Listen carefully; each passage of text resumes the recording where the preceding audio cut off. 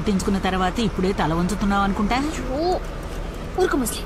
ముసుగేసుకుంటే మొహాన్ని మాత్రమే దాచగలవు. నీ న్యూస్, టీవీ, రేడియో అన్నిట్లోనూ వచ్చిందిగా. పొరుగు తీకు. మరి నువ్వు చేసిన పనికి సన్మానం చేయమంటావా?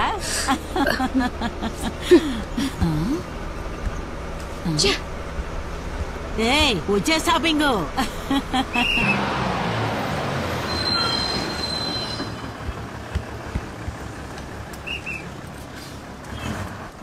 కలెక్టర్ ఆఫీస్కి వెళ్ళాలి. కలెక్టర్ ఆఫీస్ పక్కనేగా ఉంది, నడిచెళ్తే 2 నిమిషాలు పట్టుద్ది. నా కాలికి దెబ్బ తగిలిందండి, కొంచెం డ్రాప్ చేయండి. సరే కూర్చోండి.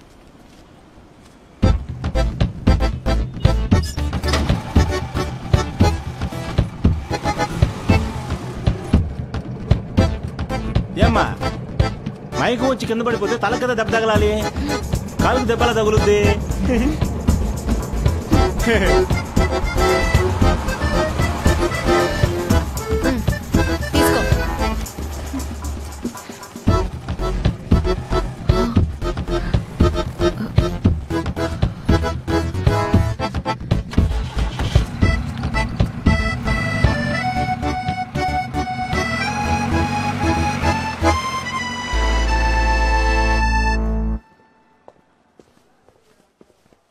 Good morning madam. Good morning.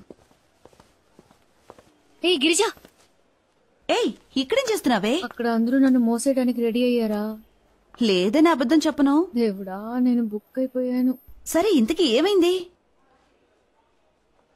ఏం చెప్పమంటావే?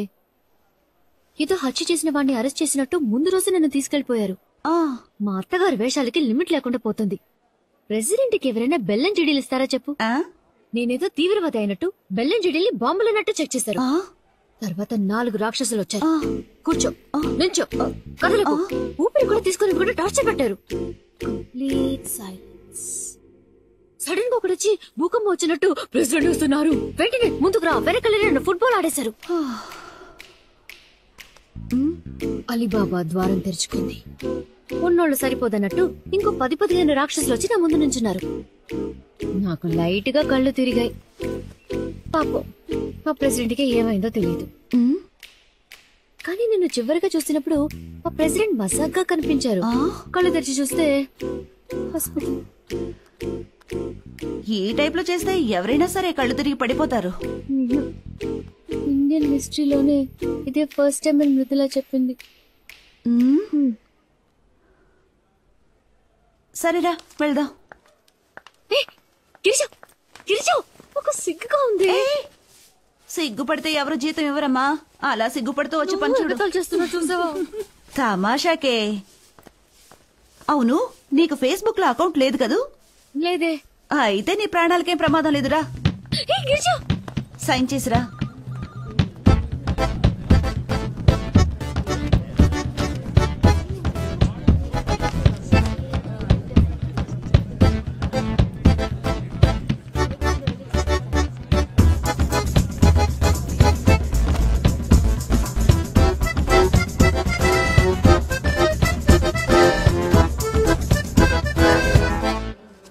మరి 174/18 అదేమైంది?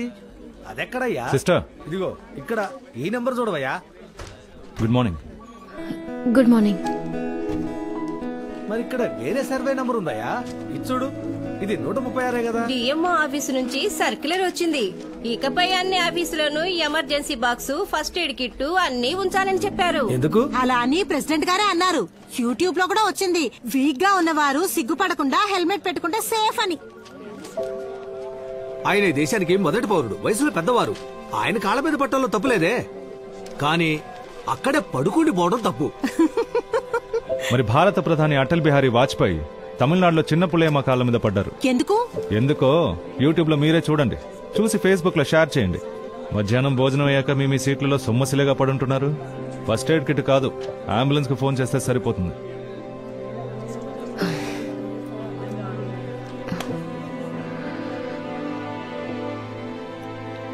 మృదు, ఏం జరిగిందో చెప్తేనే కదా తెలుస్తుంది. ఏమైంది?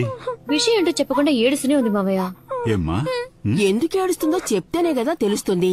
మొన్నేదో సీరియల్లో కూడా నోరు మూసుకుంటావా? ఎప్పుడు సీరియల్ కావాలి. మృదులా, మావయ్య, నేను శేష్మాని అడిగి కనుక్కుంటాను. నువ్వెవరిని ఏం అడగక్క. అక్కర్లేదు, నేను రేపు నుంచి స్కూల్కి వెళ్ళను. ఏం మాట్లాడుతున్నావు? చూడమ్మా, అమ్మతో ఇలా మాట్లాడొచ్చా చెప్పు. ఆ? నా ఫ్రెండ్స్ అందరూ నాతో మైకో వచ్చినట్టు యాక్ట్ చేస్తున్నారు. ఇన్సల్టింగ్ గా ఉంది. సరే ఏడోకు, కావాలంటే నేను వచ్చి ప్రిన్సిపల్ తో కంప్లైంట్ చేస్తాను. అదేం అక్కర్లేదు. ఫేస్బుక్ లో వసంతి మైకోన్ ఒక పేజ్ ఉంది, దాని గురించి ఎవరితో కంప్లైంట్ చేస్తారు? ఇప్పుడు దాకా 1 lakh లైక్స్ వచ్చాయి. మీరే ఓపెన్ చేసి చూడండి. అందరూ ఐర్లాండ్ కి బస్ లో వెళ్తావా ట్రైన్ లో వెళ్తావా అని అడుగుతున్నారు. అందరికీ వాళ్ళ అమ్మలంటే గొప్ప. నువ్వే నా పరువు తీసి పారేస్తున్నావు.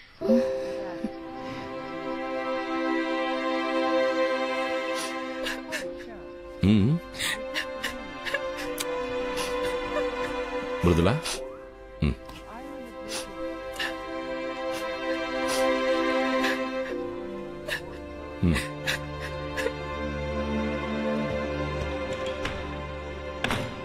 ఇప్పుడే తను ఇంత సెన్సిటివ్ గా ఉంటే రేపు నిజంగా ఏదైనా ప్రాబ్లం వస్తే దాన్ని ఎలా ఫేస్ చేస్తుంది? అందరి జీవితానికి ఫేస్బుక్కే డిసైడ్ చేసేలా ఉంది. ఛే,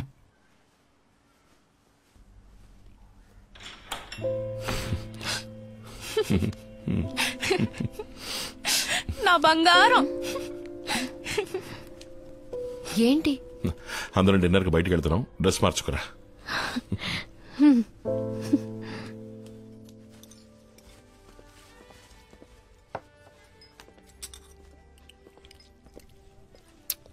ఏంటది? Death by chocolate. డెత్తా? వైలెన్స్ చాక్లెట్ దాకా పాకిందా? మేమందరం స్కూల్లో చదివేటప్పుడు పుల్ల ఐస్ ఫ్రూటే. అది ఇంటికి తెలియకుండా తింటాం, తెలిస్తే బడిత పూజే. నేనెంత తినలేనండి, మీరు కొంచెం తీసుకుంటారా? అయ్యో నాకొద్దు. నేనున్నానుగా, నీకెంత కావాలో అంత తినమ్మా. నేను వెళ్ళి ఆ ఫిష్ ట్యాంక్ చూసొస్తాను. జాగ్రత్త మృదు. ఆఫీస్లో నా వల్ల మీరు మాటపడ్డారా? సారీ.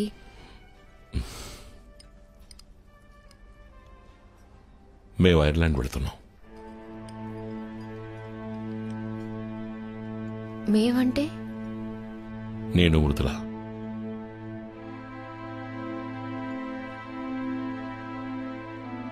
తను టెస్ట్ రాయాలి, అందులో పాస్ అయిపోతుందనుకో. స్కూల్ రికార్డ్స్ లో ప్రోగ్రెస్ బాగున్నందువల్ల వేరే ఏ ప్రాబ్లం ఉండదు. స్కూల్ పక్కనే ఒక 2 bedroom ఫ్లాట్ చూశాను. అక్కడ కంప్యూటర్ ప్రోగ్రామర్స్ కి పెద్ద డిమాండ్ లేనందువల్ల బిగినింగ్ లో కొంచెం స్ట్రగుల్ గానే ఉంటుంది. పర్వాలేదు. పోతే అమ్మ నాన్న ఇక్కడ ఒంటరిగా ఉన్నారు కదా, కొద్ది రోజులు పోనీ. నాకు బెటర్ జాబ్ దొరికిన తర్వాత, నీకు ప్యారల్ గా ఉద్యోగం దొరికిన తర్వాత నేను తీసుకెళ్తాను. అదెప్పుడండి? 1 సంవత్సరం, 2 సంవత్సరాలు? ఎప్పుడో తెలియని అన్నేళ్ళు నేను ఆఫీస్కు వెళ్ళడం, తిరిగి రావటం, అంతేనా? ఇప్పుడు అత్తయ్య మావయ్య ఆరోగ్యంగానే ఉన్నారు. మీరిద్దరు మాత్రమే నా ప్రపంచం. ఎవరి కళ్ళకి నేను అడ్డురాను. మృదు లేకుండా నేను ఒక్కదానే ఉండడం ఊహించుకోలేకపోతున్నా. తనకి ప్రపంచం తెలియని వయసు. ఒక అమ్మగా తనకి నా తోడు అవసరం, నాకు తన తోడు అవసరం. నువ్వు అనుకునేంత చిన్నపిల్ల ఏం కాదు. తను అన్ని మేనేజ్ చేసుకోగలదు. నాతో చాలా మెచ్యూర్డ్గా మాట్లాడింది. మోరోవర్, నాతోనే తను ఉండిపోయేది. అదిగాక ఇంత మంచి ఆపర్చునిటీ తనకు దొరికినప్పుడు అనవసరంగా 13 ఏళ్ల అమ్మాయికి ఆపర్చునిటీస్ కన్నా అవసరాలే ఎక్కువ ఉంటాయి. ఒక అమ్మగా నేను మాత్రమే తనకి చెప్పాల్సినవి, చెయ్యాల్సినవి తనకి తెలియకపోవచ్చు. అవి మీకు కూడా తెలియట్లేదా? మీరొక మంచి తండ్రి కావచ్చు, కానీ ఒక అమ్మగా ఎప్పటికీ ఉండలేరు. వసంతి, ముందు పాతకాలం సెంటిమెంట్స్ అన్ని వదిలేసి కొంచెం ప్రాక్టికల్ గా ఆలోచించు. అమ్మ నాన్న పిల్లలు అన్నదే కదా జీవితం. అదెప్పుడు పాత సెంటిమెంట్ అయింది? ఇంటర్నేషనల్ స్కూల్లో సిలబసే జీవితం అయితే నా కూతురు కదొద్దు. నా కూతురు నాతోనే ఉంటుంది. ప్లీజ్. నువ్వు మాట్లాడిందే చివరి వరకు మాట్లాడతావు నాకు తెలుసు. తనక్కడ చదువుకోవాలని ఆశపడుతోంది. ఒక తండ్రిగా నేను చెయ్యాలి. ఈ టైంలో వదిలేసి వెళ్ళిపోయి తనకేదైనా జరిగిందంటే? ఏ తప్పు జరగకుండా నేను చూసుకుంటాను. నాకు నమ్మకం లేదు. 4 గోళ్ల మధ్య తను ఇంకో వసంతి అయిపోకూడదని నాతో తీసుకెళ్లిపోతున్నాను. బరువు బాధ్యత అని ఇక్కడే కొట్టుమిట్టాడకుండా, పద్ధతులకి బానిసైపోకుండా తను ఈ ప్రపంచాన్ని చూడాలి, స్వేచ్ఛగా బతకాలి. తనని వదిలేసి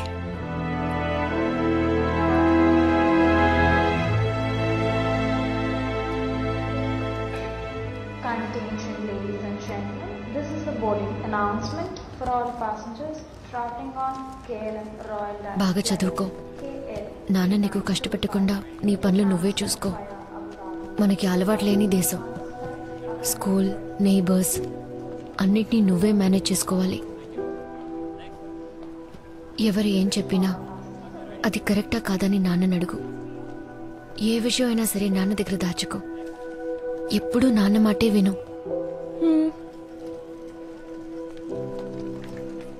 అమ్మా నాన్నలు నీ గురించి జాగ్రత్త తీసుకున్నట్టు ఇంకెవ్వరూ తీసుకోలేరు.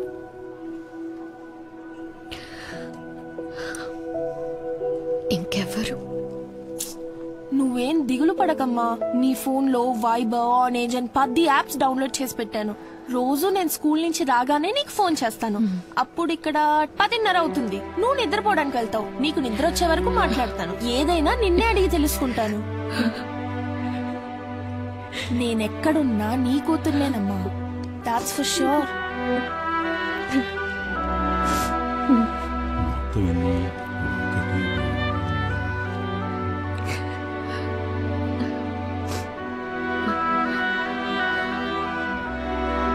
వెళ్ళి చేరకు ఫోన్ చేస్తా.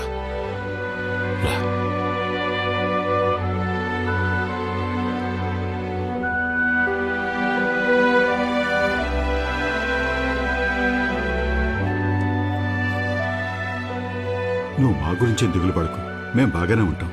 వసంతిని ఎక్కువ రోజులు ఒంటరిగా వదిలేయకు.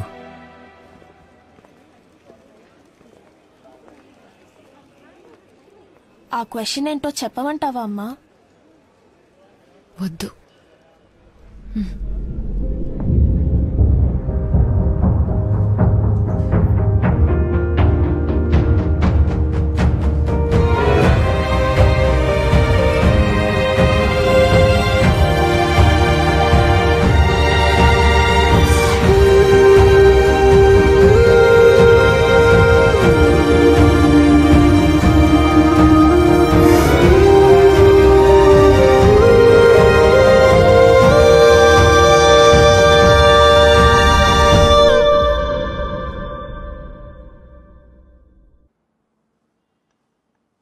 ఈ రోజు తనకి స్పెషల్ క్లాస్ ఉంది. మీరు వచ్చేటప్పుడు తనని పికప్ చేసుకుని వచ్చేయండి.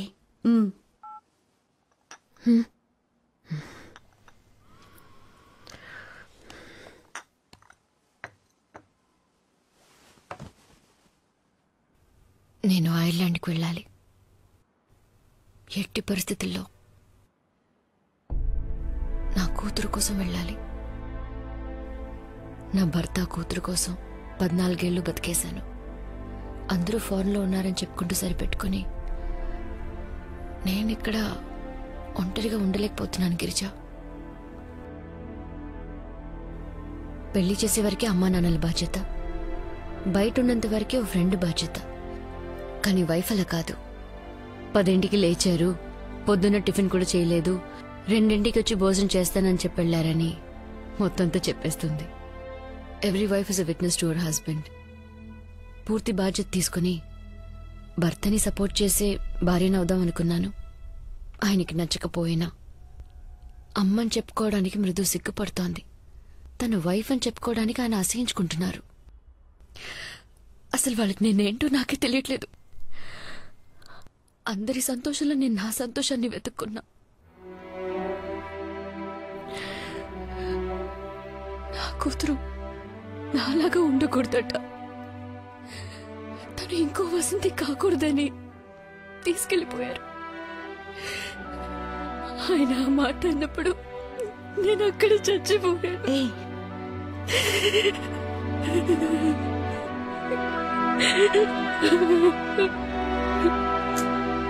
Vasanthi,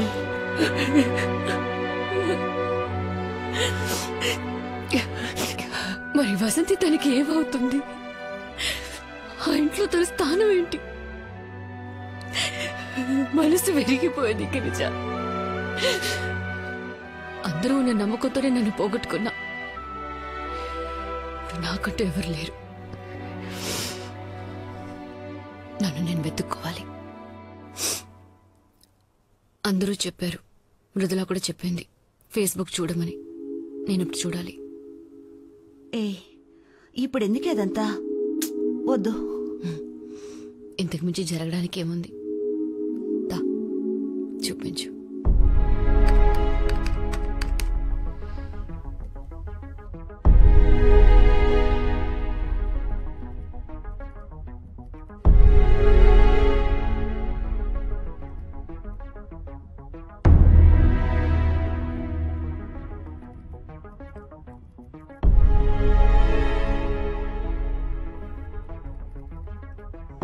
Vasanthi, are you a servant or a government servant? అయ్యో, నిజమైన పాద పూజ అంటే ఇదే. వెల్కమ్ తెలుగు నారి. వసంతి, ప్రెసిడెంట్ ని టీవీలో చూపిస్తున్నారు, స్విచ్ ఆఫ్ చేయి. మన ఊళ్ళో 1 కోటి మంది తాగి స్టడీగా ఉన్నారు. నువ్వెందుకు కళ్ళు తిరిగి పడ్డావు Vasanthi? Is this Vasanti 1998 economics patch? I don't think so. It can't be our Vasanti.